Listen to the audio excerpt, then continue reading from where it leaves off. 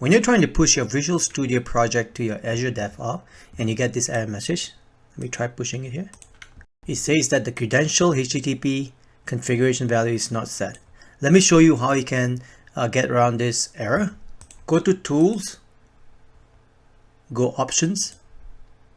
In here, you'll be expanding Source Control, Git Global Settings, and in here, you have to set this 5 pull down bar to Unset, Unset, Unset, and in here, I put GMC for Windows and click on OK. Once that's done, I'm going to clear this all and I'm going to try pushing it again. And this time around, they'll ask you to log in with your user account. I'm going to select this as my account. If you get this error message, it means someone is using your solution.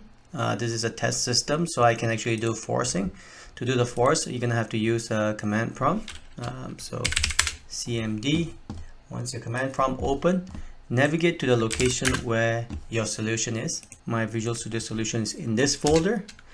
So in here, you're going to type git push -f to force origin, and the branch name is main. Once you hit enter, they'll start pushing all the projects, and once it's done, your Azure DevOps is updated with your latest program.